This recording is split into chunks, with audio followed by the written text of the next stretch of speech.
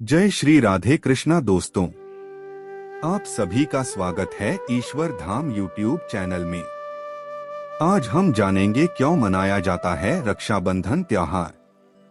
भगवान श्री कृष्ण जी और द्रौपदी, इंद्र और इंद्राणी, राजा बलि, इन सभी की कहानियां हैं प्रचलित। पूरी जानकारी के लिए वीडियो के एंड तक बने रहिए। रक्षाबंधन त्योहार भाई और बहनों के बीच पवित्र रिश्ते का दिन है। रक्षाबंधन का त्योहार सावन महीने के शुक्ल पक्ष की पूर्णिमा के दिन सेलिब्रेट किया जाता है। इस दिन बहनें अपने भाई के हाथ में रक्षा का धागा बांधेंगी और भाई उनकी रक्षा का वचन देंगे। रक्षाबंधन का त्योहार भाइयों और बहनों के अटूट प्यार का प्रतीक है। श्रावण मास की पूर्णिमा को श्रावण पूर्णिमा या कजरी पूनम के नाम से भी जाना जाता है।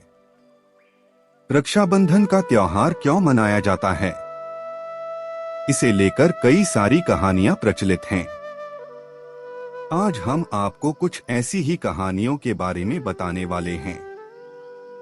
भारतीय संस्कृति में रक्षाबंधन पर्व का विशेष महत्व है। इस दिन बहनें अपने भाइयों के हाथ में राखी बांधती हैं और भाई अपनी बहन की रक्षा का वचन देते हैं। धार्मिक ग्रंथों में रक्षाबंधन को लेकर तरह तरह के पौराणिक बातें बताई गई हैं। आइए जानते हैं इसकी शुरुआत कैसे हुई और कौन कौन इससे जुड़ा है। भगवान श्री कृष्ण जी और द्रौपदी। त्रेतायुग में महाभारत युद्ध से पहले भगवान श्री कृष्ण जी ने राजा शिशुपाल के खिलाफ सुदर्शन चक्र उठाया था। इस दौरान उनका हाथ घायल हो गया और खून बहने लगा। तब द्रौपदी ने अपनी साड़ी का टुकड़ा फाड़कर उनके हाथ पर बंधा था। बदले में श्री कृष्ण ने द्रौपदी को हर खतरे से बचाने का वादा किया। भगवान श्री कृष्ण जी ने राग हरण के समय इस राग को बांधकर द्रौपदी की रक्षा की थी, इसलिए रक्षाबंधन का पर्व मनाया जाता है। इंद्र और इंद्राणी की राखी। ऐसा माना जाता है कि एक बार असुरों और देवताओं के बीच युद्ध हुआ था जिसमें आसुरी शक्तियां हावी थीं। युद्ध में उसकी जीत निश्चित ही जीत माने जाने लगी थी। इंद्रा की पत्नी इंद्राणी को अपने पति और देवताओं के राजा इंद्र की चिंता होने लगी। इसलिए पूजा के द्वारा उन्होंने एक शक्तिशाली सुरक्षात्मक धागा बनाया और उसे इंद्र की कलाई पर बांध दिया। ऐसा कहा जाता है कि इसके बाद देवताओं ने युद्ध जीता और उसी दिन से सावन पूर्णिमा के दिन रक्षाबंधन मनाया जाता है। हालांकि यह इकलौता उदाहरण है जिसमें पत्नी ने अपने पति को राखी में बंधी, लेकिन बाद में वैदिक काल में यह बदलाव आया और त्योहार भाई बहन के रिश्ते में बदल गया। माता लक्ष्मी और राजा बलि।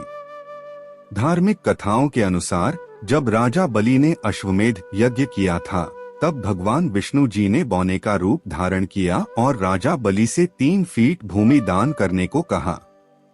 राजा 3 पग भूमि देने को तैयार हो गया।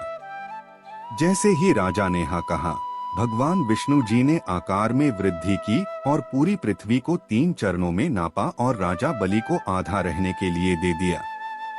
राजा बलि ने तब भगवान विष्णु जी से वरदान मांगा कि जब भी मैं भगवान को देखता हूँ तो केवल आपको ही देखता हूँ। हर पल मैं जागता हूँ, बस आपको देखना चाहता हूँ। भगवान ने यह वरदान राजा बलि को दिया और राजा के साथ रहने लगे। भगवान विष्णु जी के राजा के साथ रहने से माता लक्ष्मी चिंतित हो गईं और नारद जी को सारी कथा सुनाई। तब नारद जी ने माता लक्ष्मी से कहा कि तुम राजा बलि को अपना भाई बनाकर भगवान विष्णु जी के बारे में पूछो।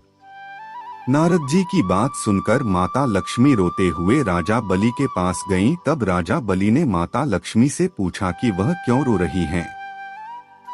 माता ने कहा कि उनका कोई भाई नहीं है। राजा बलि ने माता की बात सुनकर कहा कि आज से मैं तुम्हारा भाई हूँ। तब माता लक्ष्मी ने राजा बलि को राखी बांधी और अपने पति भगवान विष्णु जी को मुक्त करने का वचन ले लिया। ऐसा माना जाता है कि तभी से भाई बहनों का यह पावन पर्व मनाया जाता है।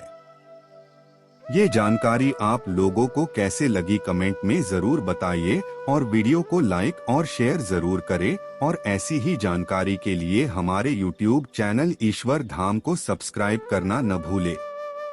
धन्यवाद। जय श्री राधे कृष्णा।